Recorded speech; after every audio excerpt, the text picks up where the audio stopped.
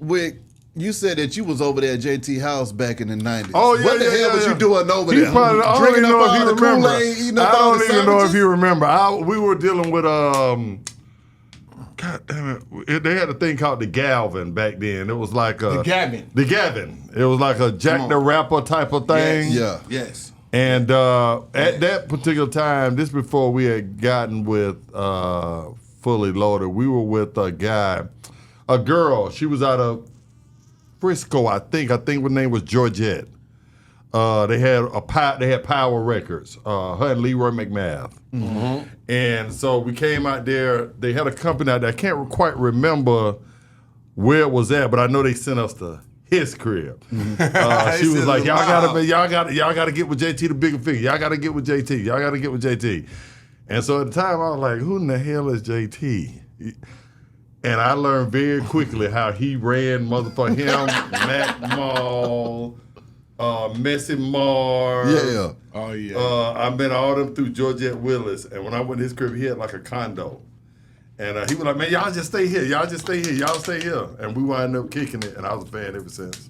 Yeah. Hey, I'm glad I was a good host. Because one thing my mama told me. Yeah. Son, I don't care if you the hottest guy right now. Treat people how you want to be treated, because the same guys you meet coming up, you gonna meet them coming down. Come on now. Nobody stays up forever, so please have the right attitude of how you treat people, son. Yeah. Not that I was treating people bad, but she made sure she burnt that in my head like, son, treat people how you want to be treated. Yeah.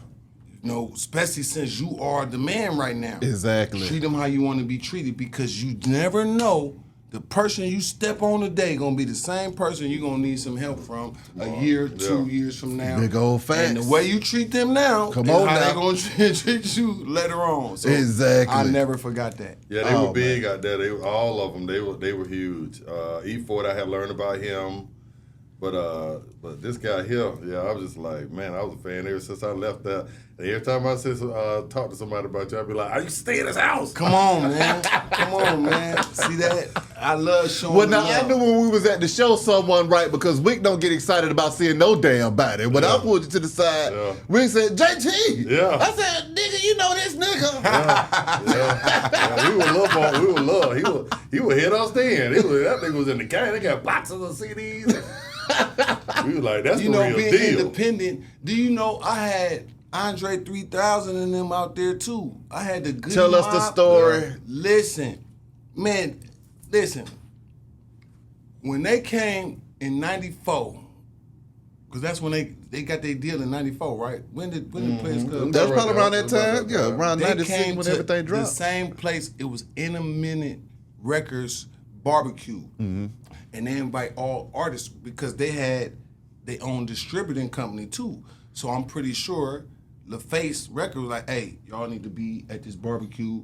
You know, this is one of the main distributors that's right here in the Bay Area that supply all the record stores that come through these people. Mm-hmm. Man, do you know, when them boys got there, we was loving the Outkast and the Goody Mob campaign so much, but when they got there, matter of fact, let me take Goody Mob out. They wasn't at the first time we met. It was Andre 3000, it was Big Boy and some of his folk with him, right? And when they saw me though, JT, what's happening? Whoop, whoop, whoop. And I had my cameras because I was the only rapper in 94, because didn't nobody back then, to buy a little 8-track little camera cost about $2 bands. Yeah. Right. I'm like, I'm buying me a camera. Man, why I bought this camera? I start feeling like in 94, since I paid $2,000, man, I could probably be the next MTV. I'm gonna film everybody and have them talk to my camera, right? Yeah.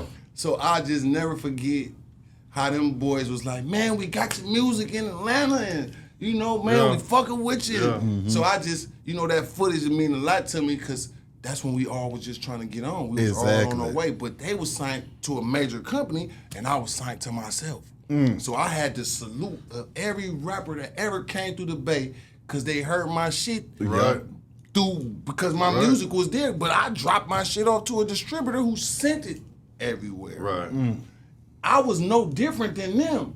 But I'm like, y'all on TV every day. I'm not. Mm-hmm. You feel me? Yeah. So that being on TV shit was what I still wanted. Yeah. But God was like, nah, your path gonna be the hard way. You just keep going. Yeah. You know what I mean? But everybody who had a deal, I still wanted that, but I didn't want the contract that went with it. I didn't want the 100-page contract. Yeah. The contract looked like some hard work from a college student. Some lawyer papers. Those contracts were big back then. Hey, man. boy, listen. They had some contracts, boy, that they sent to me. I was so excited, but I never got a contract that was like 10 pages that's understandable. Right. Yeah. Right. Whenever something's 100 pages, what does all this It's some mean? bullshit in there. It's some bullshit in there. What does this mean? Like, what does this really mean? Like, it was paragraphs that said shit. Like, what does this even have to do With rap. But what it was, these paragraphs have been designed by specialist lawyers Yeah. to tie you up where you never get you You can't even read it. You signed a Gap Band contract or the Marvin Gaye contract or you know they signed contracts, made the money, still didn't get the money. Yeah. Now shout out to James Brown. I don't know what contract he signed, but that would have been a good one. Yeah.